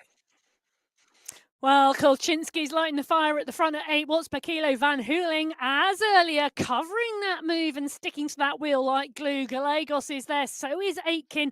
Hermansen moving up, making sure she's covering the front of the pack. Tiffany Penna and Roberta Bassoni are the 2 riders being challenged by the pace at the front at the moment. Kulczynski continues to stay in charge of this group. Hermansen gapped off a little bit. She's going to get back into this one. You can see it's not a steep climb, 2.6, 2.7% here. It's, not super steep, Emma, but when it's the only climb on the course, it's really about how hard the riders are taking it, right? So it's not the terrain that's making this section of the course tough. It's Elise Gallegos, Kristen Kulczynski, names like that are really making this Alcatraz circuit hard. Oh, it is completely the riders and their decisions about how they're going to race this course. The climb, 3 distinct steps, a very, very short, sharp first step, a little respite, a longer second step with a longer respite, and then we've got a really steep kick to the finish of over 10%. And at the moment, Hermansen is in trouble. Kulczynski, Van Hooling and Gallegos are riding away from her at the moment. Now, this is surprising because for me, these types of climbs suit Hermansen because of the stepped nature. It's a push, recover, push, recover. And for me, this is one of those things that Hermansen, well, she's strong at, but not as strong today as Kulczynski, Van Hooling and Gallegos. Those 3 are locked together at the front of the race and really driving. Aitken is driving as well, and she's driving back to Hermansen's wheel. Melissa Aitken is not out of this race at all. Tiffany Penna, 4 seconds back. Bassoni and Tidholm, well, they made the catch, but they are not with the group at the top of the climb. Absolutely love this. Look at the effort for Melissa Aiken right here out of the saddle. Huge gear here, trying to get every bit of power that she can out of each one of those pedal strokes. Absolutely stomping on those cranks underneath her as Aiken has Hermansen right in front of her, and they're going to link up together here and try and make up a 13-second gap up to the leaders on a 9% gradient up and over here. This is about as hard as it gets for Melissa Aiken right now. Tell you, her legs must be burning. She's got 57 RPM cadence and nearly 300 watts. That is one serious strength workout going on there at the moment from Melissa Aiken. Phenomenal effort, and you can see the work in the entirety of her body, closing down Hermansen and getting back to Hermansen's wheel. Hermansen coming off the power, sitting at around 3 watts per kilo as Aiken goes past. She sits back down in real life. Hermansen is going to close down and stay on that wheel, I would think, but it's a good 20 seconds to the leading three. They're down the road, and Kolczynski is driving still off the front of the group on the descent. Van Hooling and Gallegos, they're going to need to close Kolczynski down if they want to stay with her. Got a decent Look at gap the here, effort but still from Van Hooling at the moment.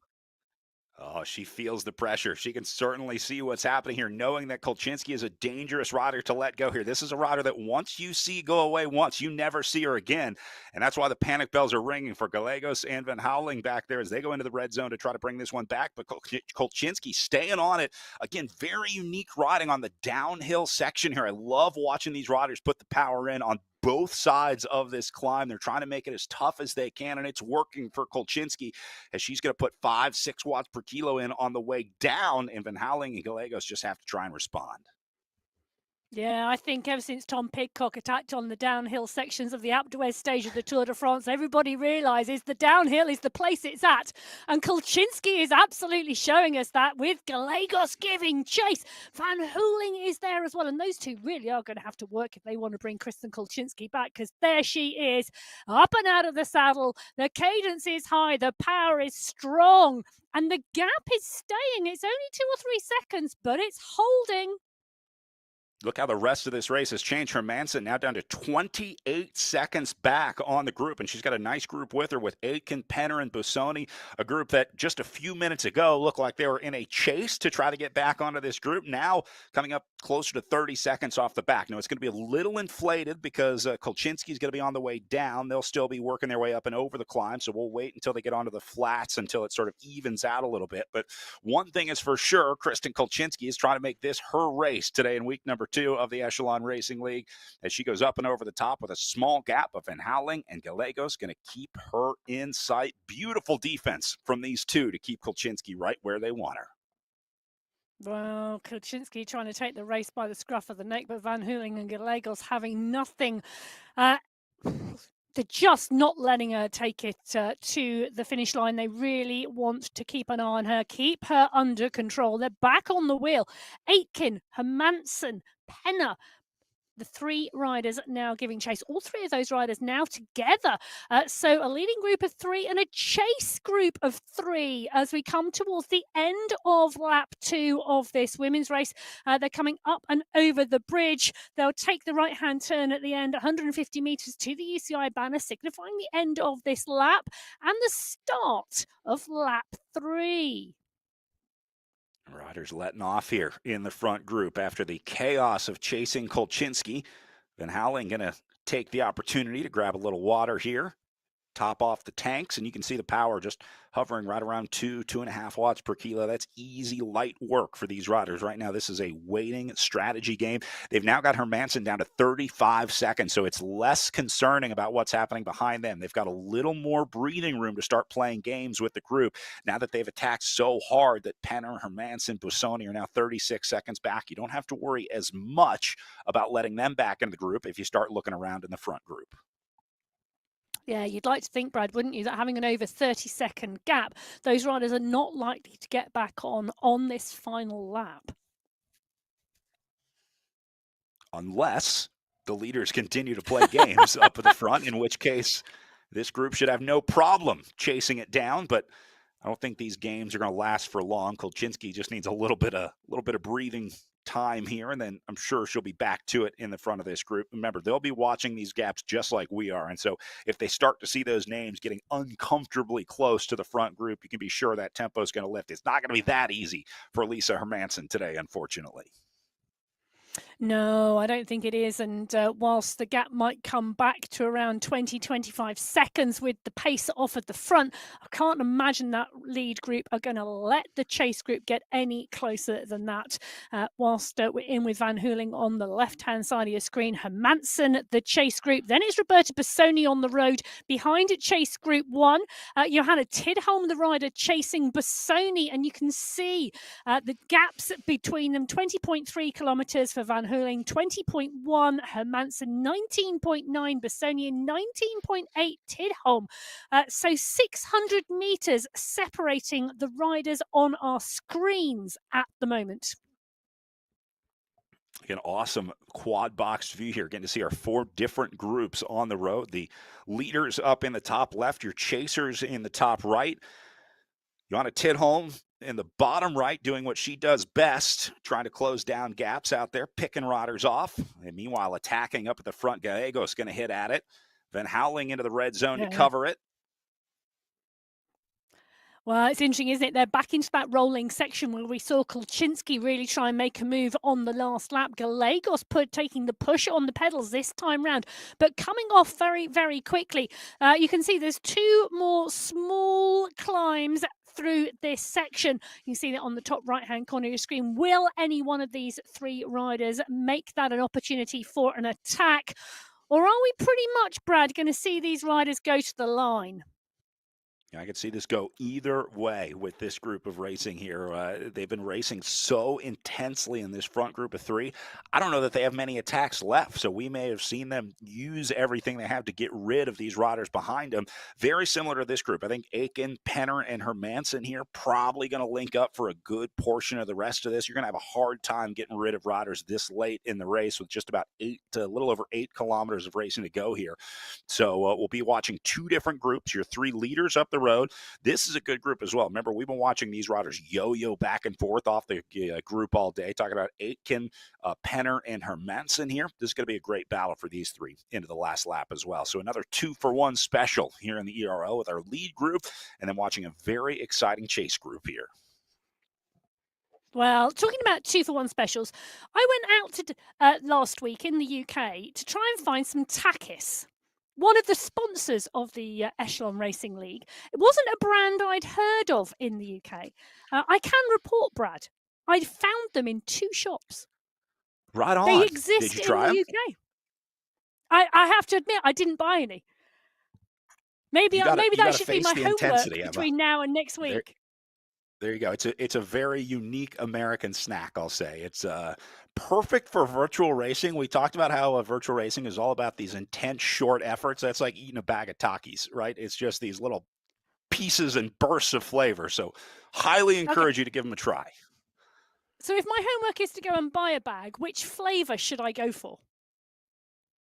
I just go with the original. Honestly, whatever they've got in the store, it's all good. But yeah, the original is the classic for sure. Okay, challenge accepted. Well, the challenge is accepted from Gallegos. Look at this effort on the bridge. Oh, she had her Takis today, facing the intensity in this group as she goes away, leaving Kolczynski 7 seconds behind. Now, great ride from Gallegos right here, but the problem is now she's got to hold it for about 5K of racing left to go here. That is a long, long way when Kolczynski and Van Houweling are staring you down. That is not a lot of space to work with here for at least Gallegos, but fortune favors the bold, and Gallegos certainly the bold one out there today. Well, that she has indeed, and the chase. Well, Kolczynski and Van Houweling do not seem that bothered by Elise Gallegos, and well, I would be bothered by Elise Gallegos if I was them, because she's been sat in that group, she's been matching the power, she's put in a push now, and they're coming towards.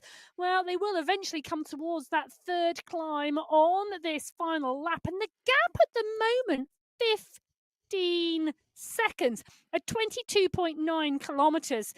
They will come out of the city and they will head out into the countryside before that climb starts, but it is not very long until it does. I'm amazed Gallegos has caught Van Hooling and Kulczynski napping. This looks like they're letting this happen because She they can looks very see the happy about power it. that, yeah, the power that Kolchinski and Van Houweling are doing are well within their range. I refuse to believe that that's the best that Kolchinski and Van Houweling can do here. So they've got more left in the tank. They're just choosing not to use it, which is great news for Gallegos up the road here as she goes up to 21 seconds up the road. This is insane. Well, she needs to hold this together now. She just needs to sit at a concerted effort. She needs not to come off of that power. This is a time trial effort now for Elise Gallegos to the finish, and that's the way she wins this race. If she responds to the terrain and changes power, that's when she starts to get into trouble, and that's when the likelihood that Van Hooling and Kulczynski could make the catch. But at the moment, Van Hooling and Kulczynski are more concerned about each other than they are about Gallegos. See, and this is the advantage that Gallegos has building up a 30-second gap this easily. She doesn't need to worry about modulating her power. She can give up 29 seconds over the next 4K and still win this bike race. Meanwhile, I'm not sure that Kolchinski and Van Houweling are even aware that there's a rider away. They're still at 3 watts per kilo. Well, and they're about to get caught by Hermansen, Penner and Aitken. So what was a group of 3, Gallegos has ridden off the front. Van Hooling and Kulczynski have sat back, and by sitting back, they've now been caught by the chase group of 3 riders. I'm almost speechless, Brad. My only thought here is that the goal here is to get a bigger group together to hunt down Elise Gallegos here over the next few kilometers. Maybe they were trying to sort of rally the troops here and saying, hey, let's get a group of 4 together. We can all work together and bring Elise back. If it's just Kolchinski and Van Houweling kind of racing against each other, they haven't made any progress, but maybe they were looking for some fresh engines. That's the only thought that I have on why they would let Gallegos go here, knowing that these names have more in the tank. I mean, we've seen performances from these riders time and time again. On paper, they should have it in the tank, but it's on paper is an easy thing to say from this side of the microphone. It never works out quite that easy in real life. Well, it doesn't, does it? But Van Hooling, I've just seen that sub 2 watts per kilo from her, sitting comfortably in the group. I'm starting to wonder what the tactics are. So Van Hooling, Hermansen, Aitken, Penner and Kulczynski.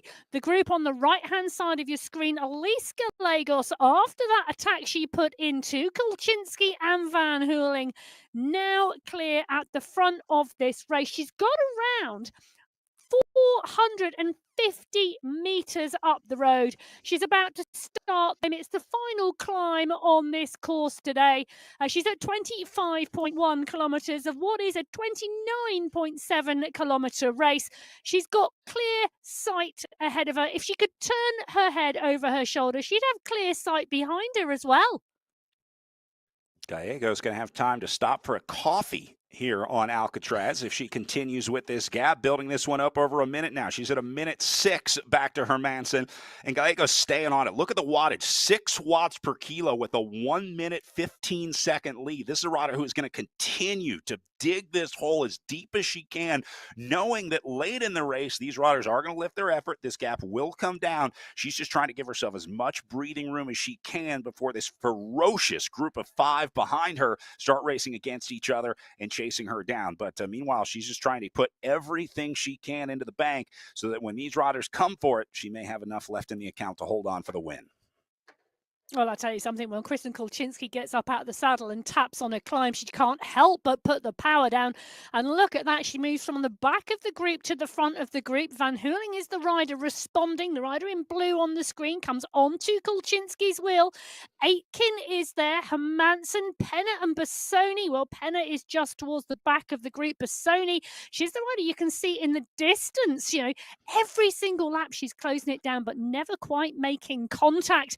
Well, Elise Gallegos, she is riding away from the group. I'm not sure what Kulczynski and Van Hooling can do now, but they are now in battle for who gets to the top of the climb first from the chase group.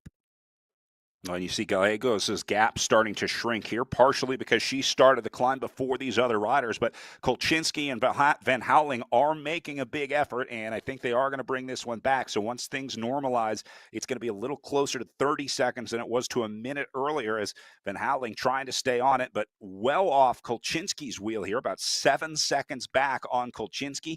You saw Van Houweling, though, staying very calm. That's what you need to do in these scenarios when you're right on the edge. Your worst case scenario is that you go so hard that you blow up. And there's going to be a lot of riders that are right on the edge of that right now, including Elise Gallegos on the right side of your screen here as she drops down to 4.5 watts per kilo. Going to have about 25 seconds at the top of this climb over Kristen Kolchinski. Emma, is that enough time for Gallegos, knowing that Kolchinski is going to have a hard second half? Remember, she's been the rider that's been attacking on the way down this descent. So can Kolchinski make up 30 seconds on the way down the other side of this climb? That is a really good question. I think the main question, though, is does Elise Gallegos want the win?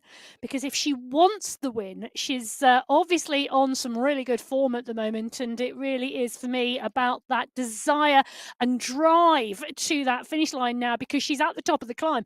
She's up to the top of the climb now. And this is, can she hold it now for the rest of this race? You're right, Brad. We have seen Kolchinski put in some amazing power on the descent. She's now well clear of Liz Van Houweling and Hermansen with Penner and Aitken behind. So it's looking like Gallegos in 1, Kolchinski in 2. Then we have around a 15-second gap back to Hermansen, Van Houweling, Aitken and Penner, the chase group of 4. Gallegos is coming off the power a little bit. Her heart rate really strong and really high. Kolchinski, is she coming off as much? Oh, I don't think so. I think she's holding her power a little more than Gallegos is at the moment. There could be a close run thing about to happen. Kolchinski putting in about 2 watts per kilo more than Gallegos on average on the way down. She's at 23 seconds right now. But again, the momentum is in Kolchinski's favor as now Gallegos gets back onto the power, going to match Kolchinski here as it goes down to 18 seconds. Pretty soon, Kolchinski going to be able to see Gallegos' avatar up the road here. It'll be much easier to chase, but they are rapidly running out of time here to make the catch. Down to just a couple kilometers, little more than a couple kilometers left to go here. Kolchinski has got to close this down. She's got to start making progress, and it just doesn't look like it's happening fast enough. Still at 22 seconds here for Kolchinski in second, all by herself. Hermansen, not a problem. Van Houweling, not a problem behind her. I do think Kolchinski will be able to hold on to second, but can she close down this 20 seconds now to Gallegos up the road? Well, it is. It's hanging, isn't it, between 20, 22, 23 seconds, depending upon the steepness of the terrain that they're on. Because at the moment, Kolchinski, 50 kilometers an hour. The chase group even higher at 57. And that's because where they are on the descent at the moment, giving the pace because of the gradient. And this is about, we talked about modulating your power earlier on. It's about where on the descent do you push to get the most momentum, to pick up that pace, to pick up the speed, and to carry you quicker down the hill. And where do you take any respite if you need it? Well, Elise Gallegos at the moment, she's holding that 23 seconds from Kolchinski, and I think she's pretty much now transitioned onto the flat. Has Gallegos? Yep, she has. Look at that. She's on the left-hand side of your screen. She's picking up the pace and she's trying to carry that momentum as the road flattens out because she needs to continue to try and extend over Kolchinski. Now, Kolchinski is around 25 seconds at the moment. She's on the right-hand side of your screen, but she's still on the last vestige of the descent.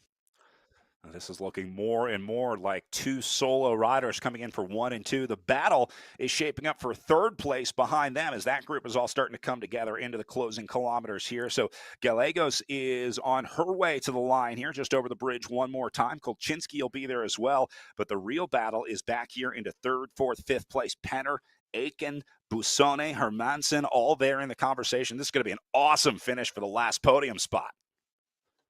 It is indeed. And it's a battle of the two giants here with Elise Gallegos and Kristen Kolczynski fighting it out, both of them on the bridge. They're coming across the bridge. At the end of the bridge, you take the right-hand turn. You've got around a 150-metre run to the finish line. I think this has got to be Elise Gallegos' day. I think she's up and out the saddle. You can see her on the bottom corner of the screen. She can see the end of the bridge, Brad. She's got to be able to be sensing that finish line now. A perfect combination of risk and power for Elise Gallegos today. She took the gamble to leave the group behind and then had the power to back it up out there as she will solo off the front, holding off Kristen Kolczynski for the win today. Kolczynski going to roll through in second, but again, we're going to have a great sprint for third as Gallegos going to roll through to win week 2 of the Echelon Racing League. She goes under the line. Elise Gallegos takes the cheer in the training room and takes the line from Kristen Kolczynski on the Echelon Racing League Stage 2. Kristen Kolczynski, well, she couldn't close the gap to Elise Gallegos. She can see the banner. She's going to come through for second place today on Stage 2. Great ride for an animator out there today. She was a big part of how this race played out. Kolczynski going to end up second. Here's a race for third, roaring its way to the line now as Tiffany Penner has moved to the front with a massive effort over Lisa Hermansen. Here comes Liz Van Houweling, though, trying to close down the gap. That line just around the corner. Van Houweling going to make the pass in the last few meters. And now on to the finishing stretch. Is pushing. She is indeed. She's pushing on to the finishing stretch. Hermansen, who beat her last week in the sprint, isn't going to do it today, I don't think. So Van Houweling takes that spot on the podium. Lisa Hermansen will take fourth place today. Tiffany Penner, fifth. And Melissa Aitken, I think, will finish in sixth. Aitken had a great ride today. She was with that group for a long time. You're looking at Marissa Boaz on your screen right here. Looks to be locking in seventh place here. She'll have that line in sight just around the right-hand turn up ahead. Roberta Busoni gave it her best. She really had a lot of yo-yoing out there today. Chased onto the group, fell off, chased back on, fell off. Sometimes that's the best story out there. And I think Busoni had a really interesting, fun day, at least for us. I'm not sure if it was as much fun for Roberta, but it was certainly fun for us to watch. Yeah, it was indeed. And there were a lot of stories within this race today. There we go. We can see into the finish of Busoni's effort here on the screen. She's on the right-hand side on the screen, about to come underneath the banner. And I think that's going to be one happy racer to be finished today. That was a phenomenal effort from Busoni and Johanna Tidholm as well, coming in behind her. Now, those two had worked together well this race. But Busoni, in the end, getting the better of Tidholm. Tidholm coming through now towards the finish of her race. She's going to finish in the top 10 today. I think that's going to be ninth for Johanna Tidholm on stage 2. Stephanie Sidlick going to add another American to the top 10 here as she rolls in to round out the top 10 just behind Tidholm here. A great ride for Sidlick, again a veteran of the Echelon Racing League, so good to see her back here in the 2024-25 season. Another top 10 ride for her as Gallegos dominates this one in the elite women with Kolczynski in second and Liz Van Houweling winning that exciting sprint for third out of the group. And Emma, we saw some more great performances this week, but I think Kristen Kolczynski is the real wild card. We didn't see her race in week number 1, and now I cannot wait for week 3. Seeing these names like Hermansen, Van Houweling, Kolczynski, Gallegos, we got a great storyline going here in the elite women's field.